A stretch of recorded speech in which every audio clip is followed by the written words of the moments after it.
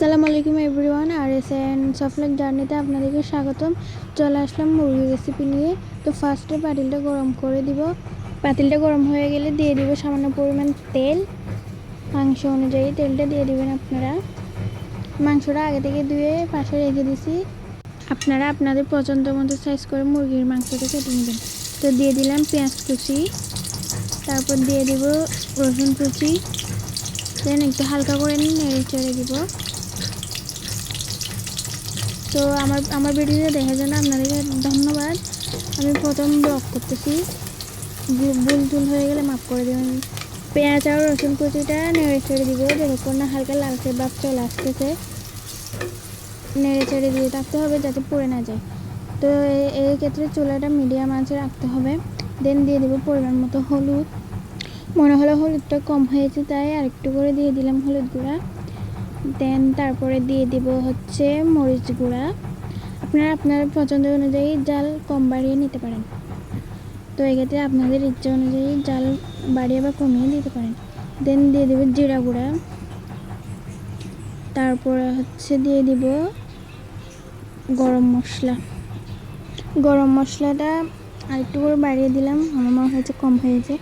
তো এরপর যে আপনারা আমার ভিডিওটা লাইক কমেন্ট করে দিয়ে আসবেন, সাবস্ক্রাইব করে দেবেন। তো এগুলো মশলাগুলো একটু মিক্স করে নিতে হবে, একটু নেড়ে চেড়ে দিলাম। জালটা একটু কমিয়ে রাখতে হবে। তো একটু কষিয়ে নিব মশলাগুলো। 1 থেকে 1.5 মিনিট মশলাগুলো কষিয়ে নিব।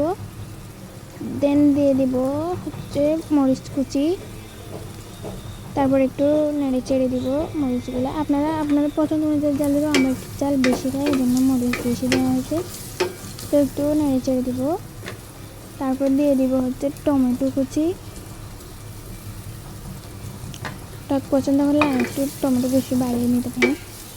তারপরে সবগুলো একসাথে একটু মিশিয়ে নিব। তারপর দিয়ে দিব লবণ পরিমাণ মতো। তারপর সবগুলো আবার একটু মিক্স করে নেব, মানে নেড়ে চেড়ে দেবো। সবগুলো একসাথে করে নেবো আর কি, লবণটা যাতে সব কিছুতে ডুবে যায়। এরপর যে অনবরত নেড়ে চেড়ে দিয়ে থাকতে হবে, না হলে পুড়ে যাওয়ার সম্ভাবনা থাকতে পারে। তো এরপর দিয়ে দেবে সামান্য পরিমাণ পানি,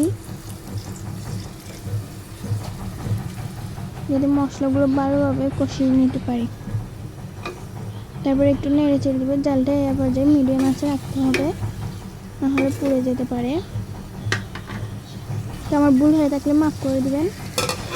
দিয়ে দিব ঢাকনা 1 থেকে 1.5 মিনিটের জন্য।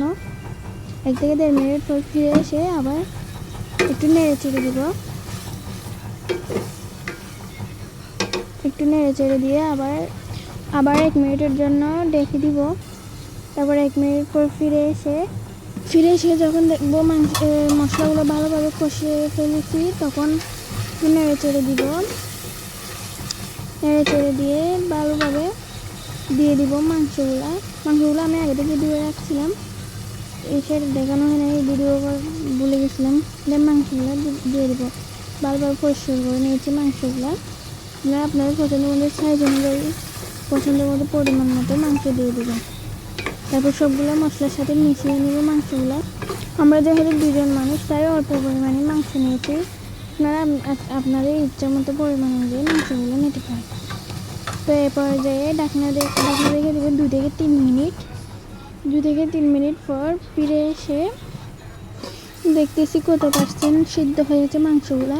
তারপর একটু নেড়ে চেড়ে দিলাম, নাহলে পুড়ে যাওয়ার সম্ভাবনা থাকতে পারে। এ পর্যায়ে চুলার আঁচটা মিডিয়াম আঁচে রাখতে হবে। তো ভালোভাবে নেড়ে চেড়ে দিয়ে আবার পানি দিয়ে দিব পরিমাণ মতো, যাতে মাংসগুলো ভালোভাবে সিদ্ধ হতে পারে। আমি পরে পানিগুলো রাখবো না, ওগুলো শুকিয়ে ফেলবো ভালোভাবে রান্না করে। এখন একটু সিদ্ধ হওয়ার জন্য পানিটা একটু বেশি দিয়েছিলাম। তো একটু ভালোভাবে নেড়ে চেড়ে দিয়ে সুন্দরভাবে নেড়ে চেড়ে দিব মাংসগুলো, যাতে মশলাগুলো ভালোভাবে মাংসের সাথে মিশে যায়। এরপর ঢাকনা দিয়ে দিব 4 থেকে 5 মিনিটের জন্য।